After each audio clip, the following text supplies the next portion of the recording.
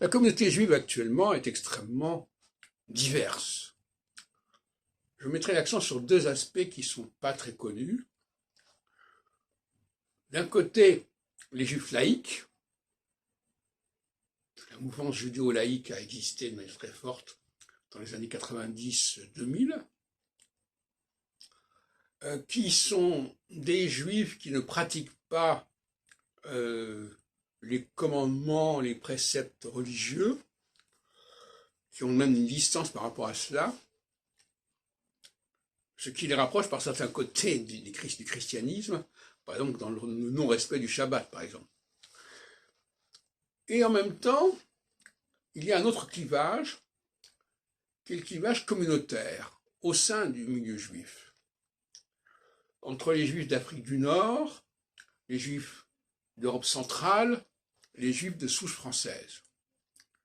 Et là aussi, les juifs de souche française qui sont les héritiers, en quelque sorte, de l'émancipation de la fin du XVIIIe siècle.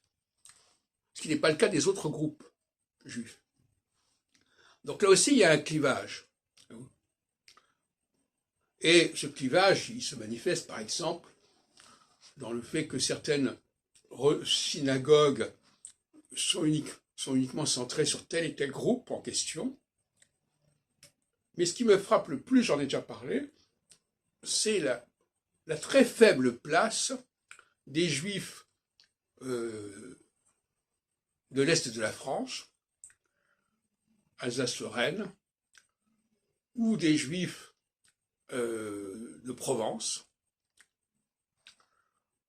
Et à la place, on voit des juifs d'Afrique du Nord, notamment. Soit monsieur, pas bon, différents noms comme ça. Ce qui fait que l'image du juif français, elle est quand même un petit peu compliquée. Parce que d'un côté, il y a les religieux et les pas religieux. Il y a aussi les sionistes et les pas sionistes. Et puis il y a aussi les juifs qui sont de souche française et ceux qui sont des pièces rapportées, même si elles sont francophones. De la même façon qu'en astrologie, il y a aussi différents courants qui existent.